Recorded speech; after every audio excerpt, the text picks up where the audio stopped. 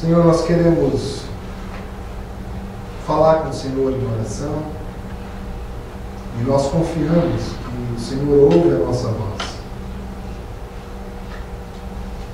Quero pedir que o Senhor venha dirigir esse tempo na nossa vida. Que a leitura da Tua Palavra, que o meditar do nosso coração seja suficiente para nossas vidas serem transformadas, para nós aprendermos mais do Senhor e aprender mais de nós mesmos.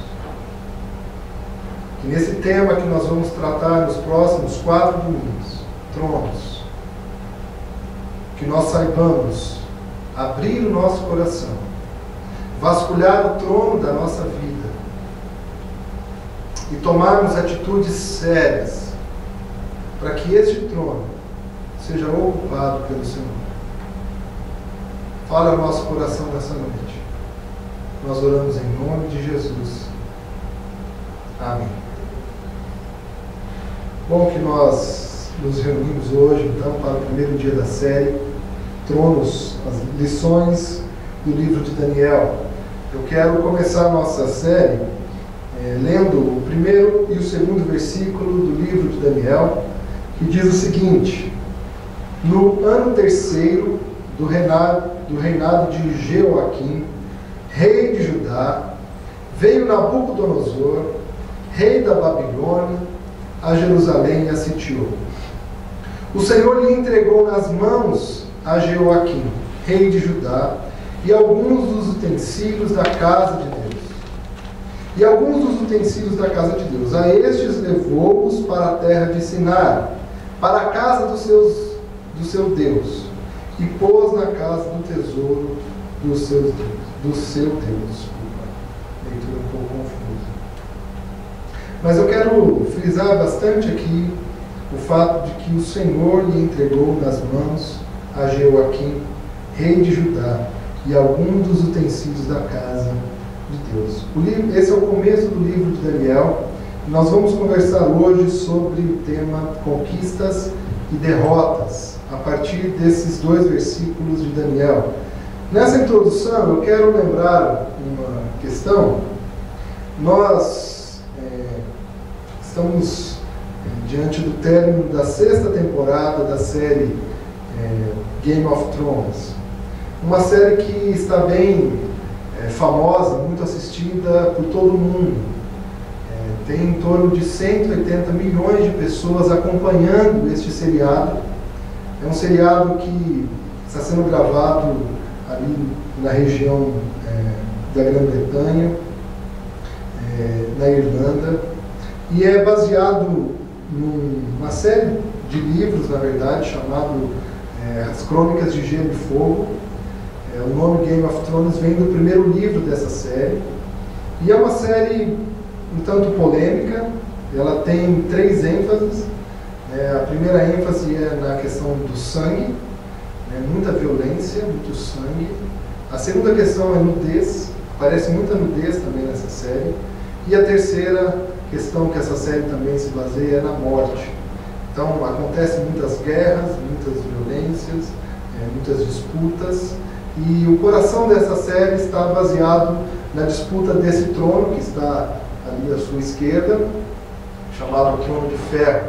São 7 reinos, 7 tronos, e esses tronos estão em disputa pelo trono principal, que é o Trono de Ferro. Trago isso como introdução porque, na verdade, nós estamos vivendo um tempo em que assuntos como esse, de falar de tronos, de disputa, de guerras, de poder, de imposição, de servidão, tem sido presente nos nossos dias.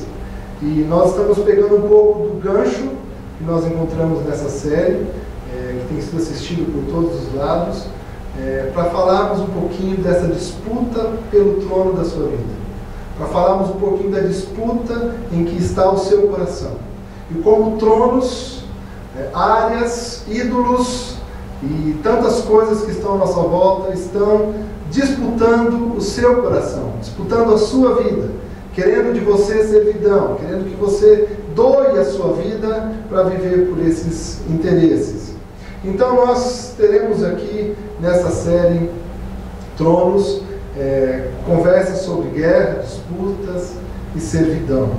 Quero, para isso, falar um pouquinho com vocês sobre o livro de Daniel. É importante que nós tenhamos condições aqui de passar um pouquinho de como esse livro surge, o que tem aqui nesse contexto. Então quero fazer uma pequena construção histórica de como esse livro se dá, para nós entendermos o conteúdo, entendermos o seu contexto. Quero começar lembrando que Deus fez uma aliança com Abraão, e dessa aliança ele formou uma família, dessa família ele formou a nação de Israel. Esses foram os passos que Deus deu junto a Abraão para que se formasse então a nação de Israel. Essa nação, durante o período que nós conhecemos, a partir da história de José, ela foi parar no Egito, depois de um período de sequidão, um período de escassez de comida e de bebida. Toda a nação de Israel vai para o Egito e fica no Egito por 400 anos. Depois do período de José, o povo ainda ficou lá no Egito por 400 anos. E segundo os relatos bíblicos, esse povo crescia no meio do Egito, ao ponto do faraó, o principal imperador, governante do Egito, percebesse que esse povo estava se tornando forte, então colocou escravidão sobre Israel, escravizou então a Israel lá no Egito. Depois desse episódio, é aqui que vem Moisés, enviado por Deus para retirar o povo de Israel, então, ali do Egito, e aí nós sabemos as histórias das 10 pragas, e com isso Moisés consegue retirar o povo então da escravidão e vai viver por 40 anos no deserto. E eles tinham a promessa de chegar numa terra que manava leite e mel, uma terra prometida. Desse período, o povo praticamente todo morreu, e quem começou uma jornada para conquistar então a terra prometida era Josué. E foram 7 anos até que eles conseguissem realmente conquistar aquela terra. Depois desse tempo, então, que eles entram na terra e começam ali a habitar, começa um período chamado de os juízes, ou seja, uma teocracia onde Deus governava o seu povo diretamente. Os juízes julgavam as pequenas e as grandes causas, cada família tinha um juiz, então, que tinha condições de julgar melhor isso, e eles buscavam em Deus a resposta de todas as coisas. Porém, o povo não estava muito satisfeito com essa liderança de Deus, e eles começam a pedir então um rei. E esse povo pede um rei para Deus, pede para Samuel, Samuel fala com Deus, e Deus então percebe que não tem outro caminho, e ele então permite que esse povo passe de teocracia, ou seja, um governo dado por Deus, para uma monarquia, onde eles tinham um rei, um exército, e então se tornariam iguais a outras nações que estavam à sua volta. E aí então vem esse período de monarquia, e os 3 principais reis iniciais, então Saul, Davi e Salomão, reinaram por em torno de 120 anos, 40 anos cada um. E nesse período, depois da morte de Salomão, o último rei mais próspero de Israel, vem o seu filho Roboão, e nesse período já começa uma grande crise, na verdade o estopim de uma crise, e a nação de Israel se divide em duas partes. Para o norte ficaram 10 tribos, e ao sul ficaram 2 tribos, a principal Judá. Daí que vem o povo judeu, que ficou ao sul então do país, e acontece que no norte foram 19 reis. E esses reis, de todos os 19, segundo os relatos bíblicos, não houve um sequer que fosse piedoso. Todos os reis se tornaram ímpios, desobedientes de Deus, oprimiram o povo, cobraram altas taxas de impostos, não ouviam a respeito da vontade de Deus para as pessoas, e no ano 722 a.C., eles foram sitiados, exilados, e nunca mais conseguiram se reconstruir. Do que sobrou então desse reino do norte, o povo chamado samaritano. E nós vamos ver depois nas falas de Jesus, quando ele fala do bom samaritano, como para o judeu isso era complicado, porque entre os samaritanos existiam várias religiões, várias misturas de raças, mas é daqui que está então os despojos do reino do norte. Ao sul, as duas tribos que ali ficaram foram 20 reis e apenas um rei piedoso. Todos os outros, na verdade, oscilavam os reis, mas um em destaque foi um rei mais piedoso e esse rei chamava Josias. Porém, no ano 597 a.C., Deus então permite que o reino do sul também fosse exilado, fosse dominado, e nesse ano dominado pela Babilônia. E é nesse período então que vem a história ou o contexto do livro de Daniel. Num período em que, depois de tentativas e erros do reino do sul, alternando entre reis que eram piedosos e buscavam a vontade de Deus e outros que eram impiedosos, que eram perversos, que saíam da vontade de Deus, Deus então, de uma vez por toda, permite que o povo fosse levado para a Babilônia ou dominado pelos babilônios. E eu quero passar com vocês então os motivos da derrota de Judá. Penso que aqui começa a nossa reflexão sobre o nosso tema, conquistas e derrotas. E nós vamos encontrar principalmente em dois profetas que nós encontramos no Antigo Testamento da Bíblia, aquilo que Deus havia falado para o povo, que eles deveriam mudar, porque senão eles seriam conquistados, eles seriam destruídos. E nós vamos hoje falar sobre um profeta, principalmente Jeremias. Eram dois profetas, Jeremias e Ezequiel. E vejam o que o profeta Jeremias apontava como as principais causas que o povo deveria parar de fazer, senão Deus não livraria esse povo das mãos de outras nações. Então o profeta Jeremias apontou os motivos pelos quais Deus entregou Judá para a Babilônia. E o primeiro deles era, ele via um culto ativo, mas não notou nenhuma volta aos caminhos de outrora.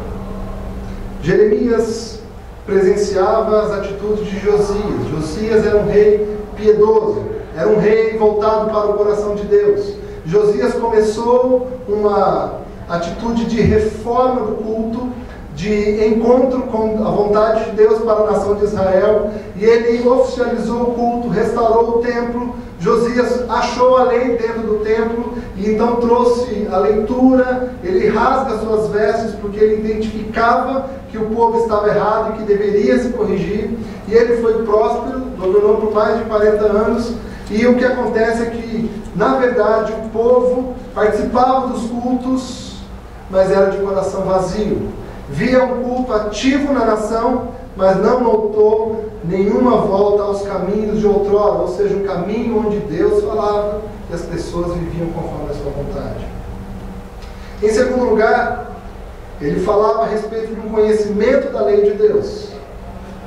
As pessoas conheciam a lei de Deus, mas uma falta de vontade em ouvir a palavra de Deus. Não pensem que é mera coincidência com os dias atuais. Nós sabemos a vontade de Deus, mas poucas vezes nós paramos para ouvir a sua voz. Isso estava acontecendo ali com o povo de Judá, e Jeremias estava apontando essas causas, e esse item está lá no capítulo 8, versículo 8, onde Jeremias aborda a questão e diz: olha, vocês conhecem a lei de Deus, mas vocês falam pouco, vocês não querem ouvir a voz desse Deus falando ao seu coração. E Jeremias alerta para mais uma questão. Existia um clero que oferecia a paz divina a um povo cujos crimes contra as normas da aliança eram notórios. Acontecia que o povo continuava infringindo a lei de Deus, continuava agindo contra a lei de Deus, contra aquilo que Deus havia almejado para aquele povo. Mas o clero, a liderança religiosa, pregava uma paz como se estivesse tudo ok, os falsos profetas, e fazia com que as atitudes erradas fossem acobertadas, e as pessoas então se sentiam confortáveis com a situação da pregação, mesmo cometendo os crimes debaixo do pano. E aqui Jeremias denuncia o que estava acontecendo, mas o povo não se converte. O povo não busca transformar os seus caminhos. Em quarto lugar, então, Jeremias vai dizer que as exigências da aliança se tinham esvaído por trás da exterioridade do culto. Ou seja, aquilo que a aliança com Deus exigia era um coração transformado, um coração quebrantado. Era isso que Deus pedia. Mas ao contrário, o coração estava duro, mas o culto acontecia. Quantas vezes nós também não estamos em situação assim? Estamos orando, em atitude de culto a Deus, mas o nosso coração não está ali. Nosso coração não está em culto. Nós estamos na externalidade. E era exatamente isso que Jeremias estava denunciando. E por último, como motivos para Deus ter entregue então Judá para a Babilônia, é que a reforma que Josias estava liderando havia sido uma coisa oficial, que não tinha conseguido obter o arrependimento de ninguém. O povo permanecia como antes. A reforma que aquele rei piedoso estava promovendo não estava sendo suficiente para que aquelas pessoas se voltassem para Deus, para que o povo de Deus voltasse a ser, de fato, verdade e prática, um povo que obedecia à voz de Deus. Por conta dessas questões, então Deus revoga uma aliança que tinha feito com Judá, de que Judá jamais seria destruída, porque desta tribo viria o Messias, viria o Cristo. O problema é que as pessoas ouviam essa aliança, essa promessa de Deus, e acreditavam que podiam viver de qualquer forma, podiam agir contra Deus, podiam infringir as leis, agir como se não fosse o povo de Deus, e Deus continuaria honrando todas as coisas. Nós percebemos pela história então de Judá que Deus é um Deus que dá oportunidades. Deus é um Deus que envia pessoas para tanto ajudar a gente nas reformas, como também pessoas que vão apontar onde está errado. Mas as atitudes que importam para Deus é aquela que vem do coração de cada pessoa. E aqui começa então o processo em que Deus está contribuindo para nós termos vitórias, para nós termos conquistas. Mas as nossas atitudes são atitudes de derrotas. São atitudes que nos afastam de Deus. São atitudes que nós precisamos rever. Se você passou pela reflexão desses 5 itens e já identifica em você aspectos semelhantes, meu encorajamento é que você olhe para a sua atitude, se arrependa e coloque sua vida diante de Deus para que Ele te ensine a viver diferente. Porque Ele está interessado no seu coração, no trono da sua alma. E nesse lugar ninguém mais pode habitar, senão Ele. Se existem outras coisas, se existem práticas erradas, se a sua atitude não está condizente com a de Deus, Ele tem te chamado para ser povo dele, mas você não tem vivido. Lembre-se, Ele dá graça, Ele dá instruções, mas a mão dele também vem. A mão dele também vem. E nesse caso de Judá, Ele permite então que Judá fosse conquistada pela Babilônia. Se você quer ter uma ideia da devastação que isso causou, é só ler o livro de Lamentações, de Jeremias na Bíblia. E você vai perceber o que começa a acontecer com aquelas pessoas. As pessoas passavam fome. As jovens foram violentadas. Existe um relato no capítulo 3 de que as próprias mães, e o texto fala as mães boas, estavam comendo seus próprios filhos. A Babilônia retirou os principais líderes de Judá. Levou Ezequiel, o profeta, também para as terras da Babilônia. E foi nessa retirada desses líderes, daquelas pessoas que eram destaques, que Daniel e seus amigos então vão para a Babilônia. O contexto em que Daniel então está vivendo, e nessa época ainda adolescente, é um contexto em que Judá havia fracassado nas suas atitudes, estava diante da derrota sua pessoal, diante de Deus. E por isso, agora, ela havia sido entregue por Deus às mãos de Nabucodonosor. A história de Daniel, se você estivesse no lugar dele, como seria a sua atitude? Você se entregaria aos erros de todos os antepassados ou você lutaria? Agora, quero abrir aqui um parêntese para a nossa conversa, porque nós precisamos falar um pouquinho das nossas lutas e as nossas derrotas. Se na época de Daniel, o grande oponente à vontade de Deus, a grande nação, os grandes deuses estavam na Babilônia, a minha pergunta para você hoje é: qual é hoje o principal inimigo de Deus para a nossa cultura? Qual é hoje o trono que tem tentado conquistar você? Qual é hoje o Deus tão forte que faz oposição ao Deus da Bíblia? Se na época de Daniel era então a Babilônia, o Egito, a Assíria, qual é hoje o principal Deus? O que será que está em disputa pelo seu coração ante a vontade de Deus? E eu quero aqui abrir com vocês um caminho para algo que tem se tornado muito sutil. É tão sutil que a gente nem consegue perceber que esse é o principal oponente de Deus. Além de sutil, ele é poderoso, ele é forte, e de alguma forma ele está conquistando as vidas, inclusive daquelas pessoas que são chamadas de pessoas de Deus, ou o povo de Deus, ou a igreja de Deus no mundo. E que nós passamos assim, vivemos por isso e nem percebemos as raízes desse trono tomando conta da nossa vida. Por isso, então, quero convidar você para uma reflexão profunda aqui. Peço que você se segure no banco ou na cadeira para a gente fazer essa excursão aqui. Vejam que esse pastor australiano vai dizer a respeito desse Deus. Acredito que a maior ameaça para a viabilidade de nossa fé é o consumismo.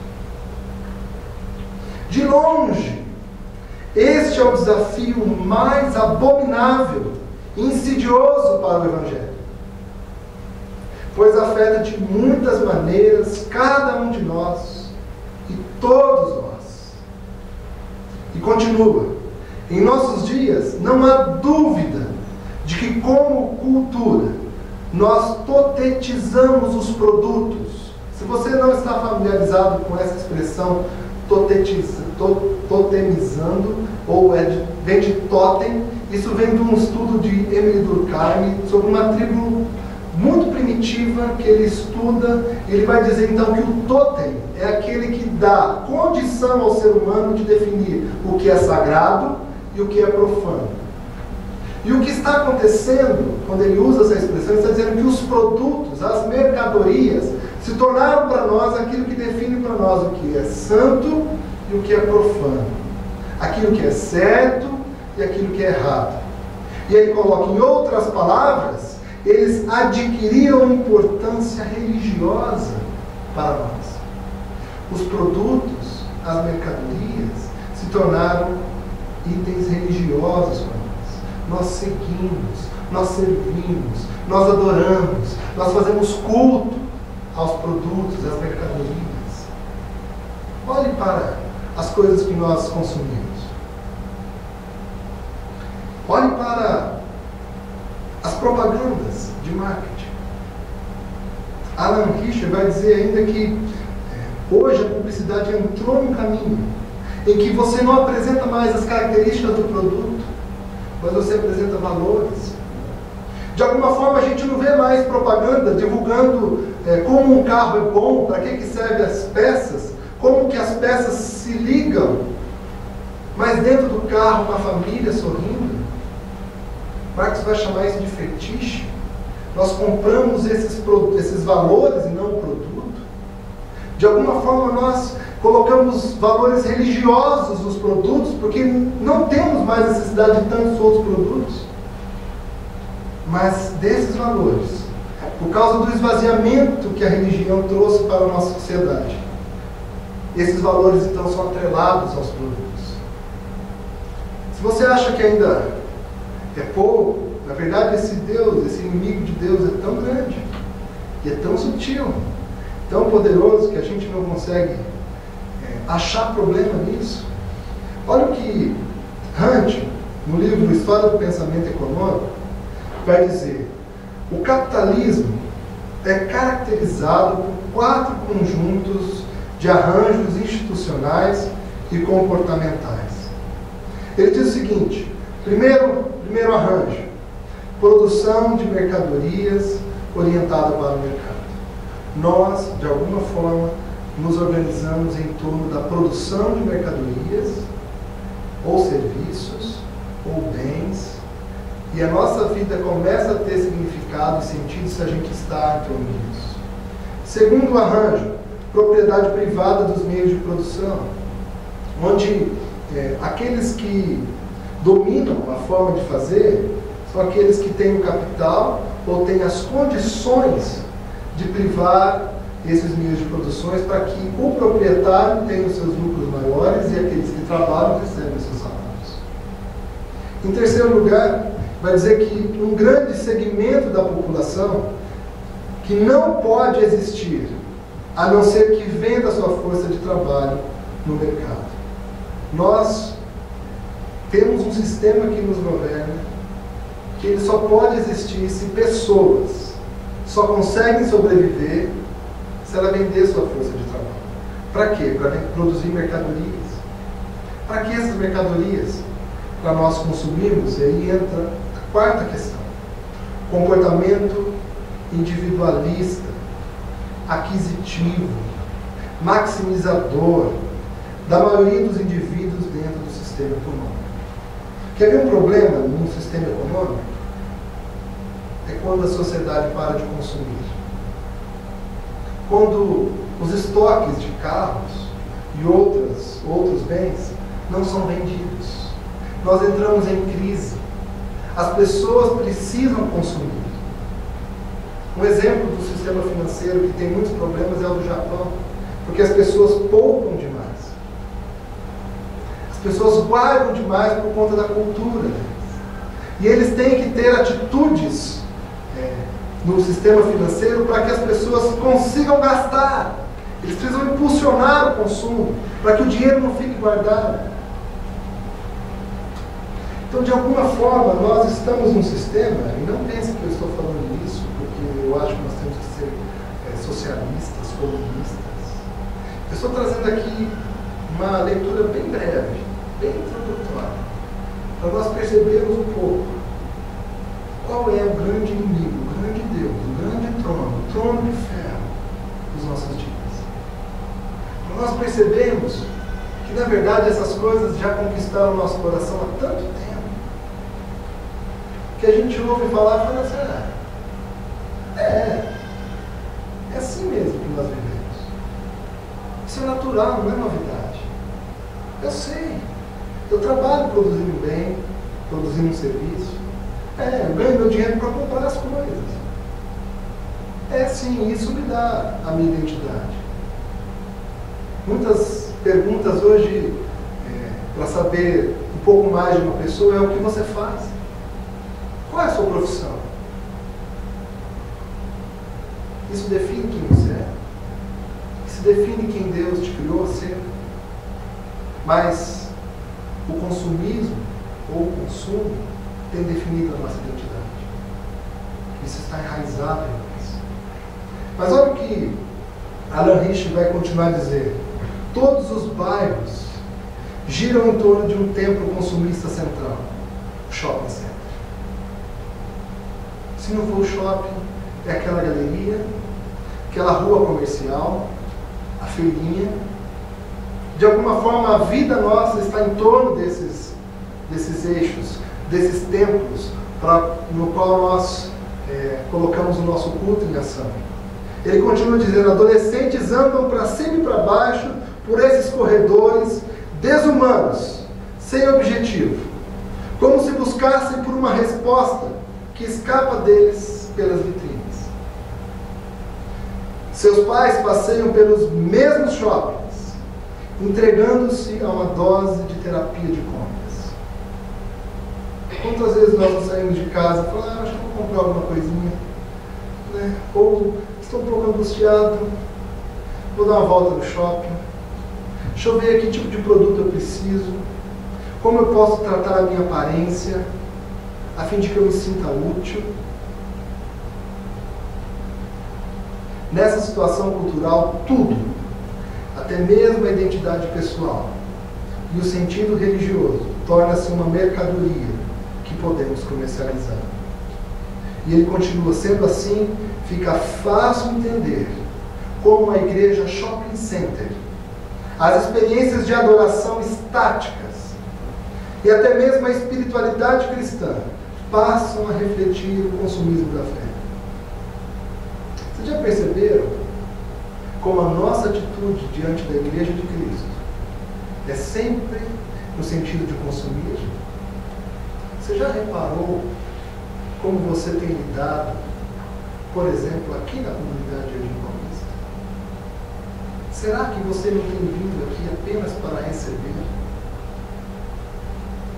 Será que você não tem vindo aqui apenas para consumir a fé? Porque isso me dá arrepio. Ou porque isso toca meu coração. Porque da mesma forma como eu vou ao cinema e vejo um filme legal, eu consumo aquele filme e ele dá alguma experiência para mim, eu também vou para Deus, procurando a Ele para ter essas mesmas coisas. E quem sabe Deus não me cobre nada, é um serviço gratuito, em que eu não precise dar nada de mim, mas eu tenho o mesmo arrepio que eu tenho no cinema, eu tenho o mesmo toque no coração que o outro tem, e olha, está perto do metrô, tem um lugar fácil para eu estacionar, as pessoas não enchem minha paciência, se começam a encher, eu saio de lá e vou para outro, afinal de contas são tantas por aí, e eu posso entrar numa a cada domingo, talvez nem ser notado. Pego o que tem de melhor e vou embora. Nós temos lidado com a nossa espiritualidade como se cada igreja fosse um supermercado, em que a gente entra, pega o que é bom, descarta o que não nos interessa e vamos embora para casa como se nós tivéssemos feito o nosso trabalho diante de Deus. Será que a nossa atitude não tem se assemelhado com o povo de Judá antes do exílio para a Babilônia, em que há uma aparência de paz, pastores que estão falando sobre paz e as pessoas estão tudo jóia, em que o principal trono que está reinando na vida das pessoas é o de consumo e a gente nem se desperta para isso. E às vezes a gente paga o menor valor pelo bem religioso, pela espiritualidade cristã. Agora, é essa a proposta de Cristo. Ele continua dizendo: ao lidarmos com o consumismo, estamos lidando com um inimigo excessivamente poderoso, propagado pela sofisticadíssima máquina da mídia. Essa é a nossa própria condição pessoal e deve ser tratada, caso queiramos ser eficazes no século XXI. Ou a gente trata esse consumismo, essa nossa vida de consumidores, onde o Deus tem sido o uso dos bens, dos serviços, ou a gente continua se assemelhando ao povo de Judá diante da condenação de Deus. E quais são os porquês das lutas? Talvez você esteja perguntando: por que será que Deus permite esses outros deuses? Se na época de Israel. Deus conduziu um povo para habitar num lugar, uma rota comercial que era desejada das grandes nações. Naquele lugar onde Deus mandou o povo, era uma rota de colisão. Um povo pequeno, sem exército. Por que Deus mandou então o povo para aquela região? Não poderia ter mandado o povo para um lugar neutro? Numa terra onde não passaria o comércio entre os grandes impérios? Assim não despertaria o interesse dos grandes reinos por aquela região de comércio. Tanto o Egito de um lado quanto a Mesopotâmia do outro desejava aquela rota comercial. Por que Deus mandou o povo exatamente ali?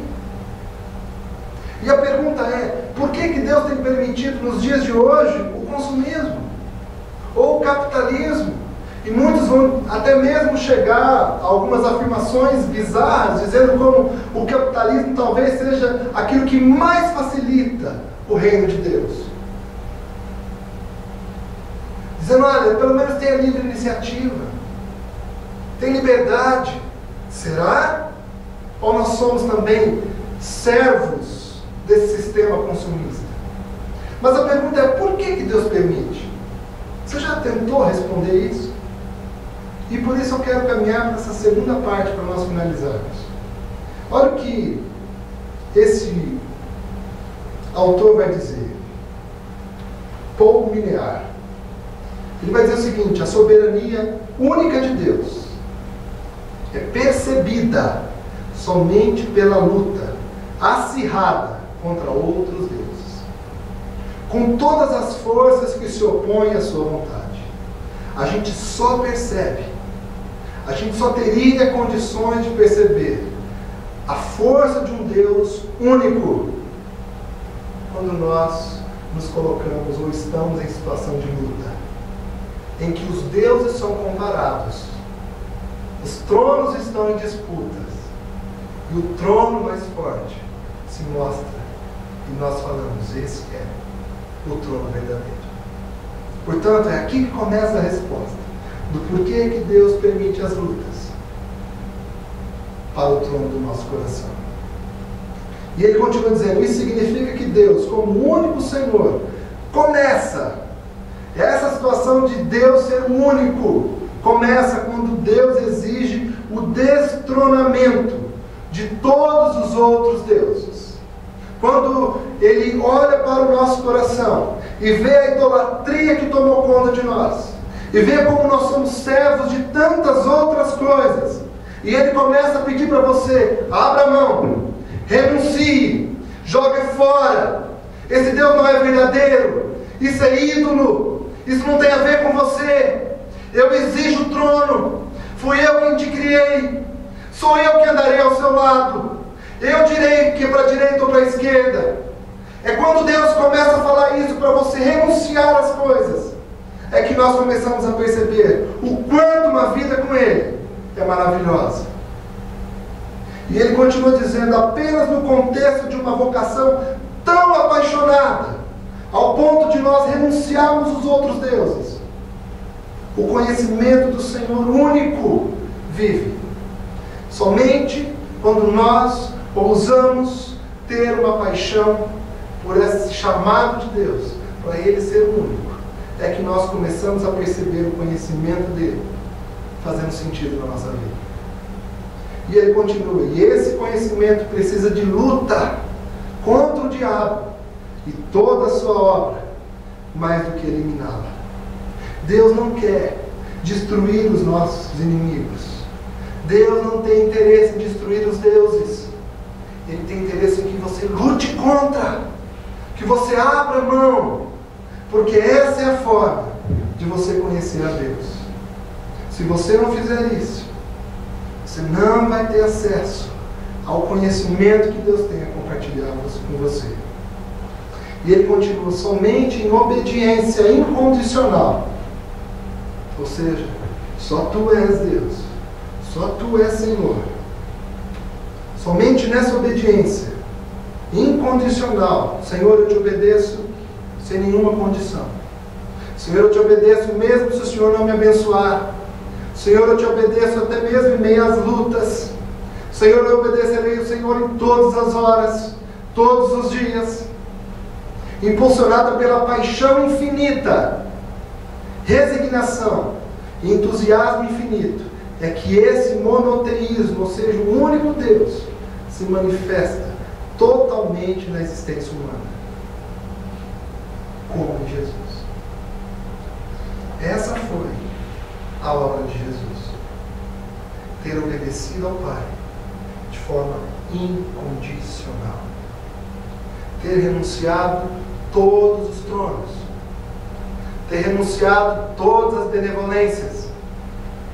Quando ele estava lá no deserto e foi tentado por Satanás, ele renunciou ali todas as tentações, o colocar-se de joelho diante de Satanás, agir com poder para anular a sua obra, porque ele obedeceu ao Pai até o fim, de forma radical, de forma profunda e incondicional. Foi então que ele pôde dizer: eu sou um com o Pai. E não falou da boca para fora, mas falou com autoridade. E a pergunta aqui é: quem de nós teria hoje a autoridade para dizer, como Jesus, eu sou um com o Pai? Ou nós teríamos que dizer: eu sirvo a tantos deuses e tento servir ao Pai? Será que a nossa dificuldade em servir a Deus, em ouvir a voz de Deus, em saber a vontade de Deus para nós hoje, não está baseada no fato de que nós estamos servindo a outros deuses?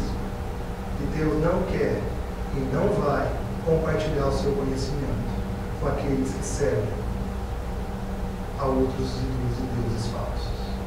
Ele quer tudo. Ele quer o trono da sua vida. Ele quer ser Senhor seu. E nada mais basta para ele, a não ser Senhor da sua vida. E Alan Hirsch vai dizer: Deus é único.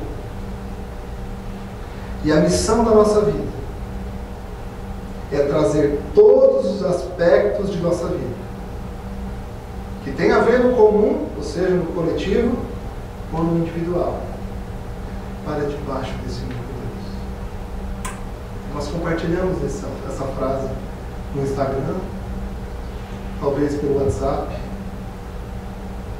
para que nós já fôssemos nos preparando para o desafio que Deus tem para nós. Agora, uma resposta é necessária. E para essa resposta, eu quero trazer um texto da narrativa a respeito de Jesus. Em João 19, 28 a 30, diz o seguinte: depois, vendo Jesus que tudo já estava consumado, para se cumprir as Escrituras, disse: tenho sede.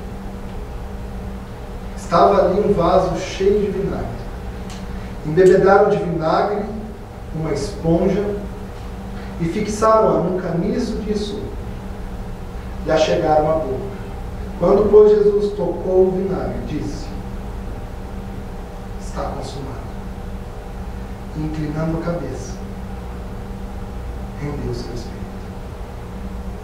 Porque ele consumiu, porque ele consumou a sua obra, porque a sua vida foi consumida, é que nós temos esperança de estarmos junto ao Pai. De verdade, se nós quisermos dar uma resposta diferente da resposta de Israel, ou seja, Israel falhou, idolatrou, teve tantas atitudes erradas, não prestava culto, não conseguia fazer nada. Eu quero dizer para você que, se você tentar fazer uma vida correta por você mesmo, o seu destino é o exílio como o povo de Judá, que também não conseguiu. Não é possível. Isso vai além de você. É por isso que no começo, quando nós cantamos essa música, que a cultura gosta de cantar: confie em si mesmo. O que ela está ensinando é a gente continuar distante de Deus. Agora, o que Deus tem colocado como caminho para mim e para você é a obra de Cristo. Ele conseguiu. Ele conseguiu ter a Deus como o único Deus, destronar todas as coisas. E o que é bom, e a boa notícia disso, é que a conquista já foi decretada pela obra de Jesus. E Ele convida a mim e a você para usufruir desse reino que Ele conseguiu conquistar. Ele sentou no trono de ferro. Jesus Cristo é Senhor. E a palavra de Deus no Novo Testamento diz que Ele estende os seus braços para você. Lá em Efésios, Paulo vai dizer que não é por obras, não é pelo nosso esforço, mas pela fé. E isso não vem de vocês. Vocês não têm condições de ter fé. Essa fé vem de Deus, presente. E Ele fala: você quer essa fé que te dá condições de superar as coisas e assimilar a obra que Jesus conseguiu conquistar, de forma que isso seja para você esperança, seja para você alegria, seja para você superação. Então receba a Jesus Cristo como Senhor. Jesus sentou no trono e disse: toda a lei, todas as exigências só serve para mostrar para vocês que vocês não são capazes.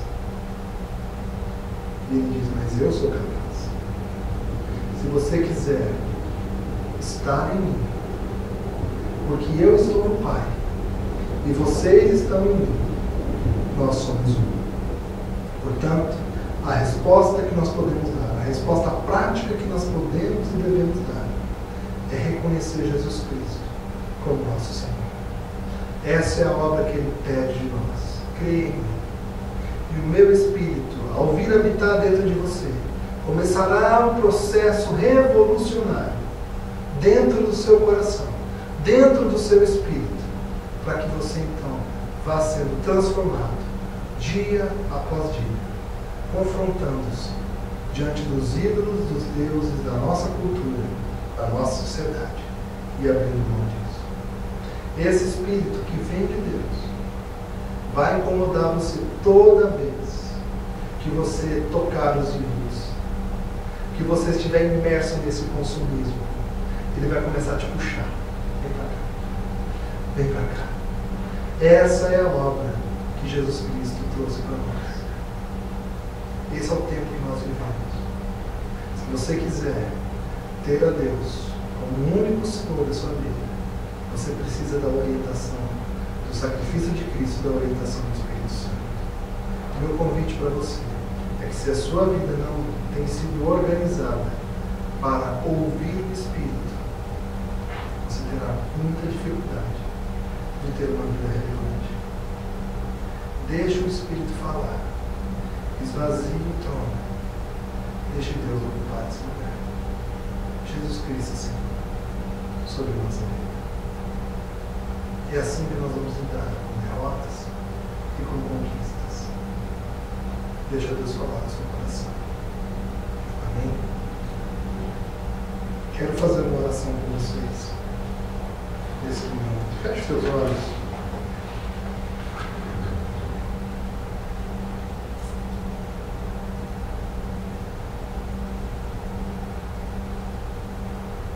Senhor nosso Deus, nós conseguimos de alguma forma falar, denunciar esse grande inimigo que tem tomado conta da nossa vida. Nós também já percebemos que nós não conseguimos sozinhos destronar todos os tronos da nossa vida. Nós também identificamos que o Senhor não tem interesse ainda em destruir o inimigo, ou os inimigos, ou os ídolos, ou os deuses que estão nos cercando. Mas o Senhor quer que nós lutemos em Cristo para nós superarmos todos eles. Senhor, nós nos ajoelhamos diante de Jesus Cristo. Queremos receber a sua obra, Jesus Cristo, para que o teu Espírito trabalhe em nós, restaurando a nossa vida, nos ajudando a nós nos desapegarmos de todos os deuses, ídolos, inimigos que nos atrapalham a ter uma vida com o Pai. Senhor, faça a tua obra em nosso meio. Nós nos rendemos. Nós não queremos a Babilônia. Nós não queremos a dominação. Nós queremos o teu Senhor. Nós oramos em nome de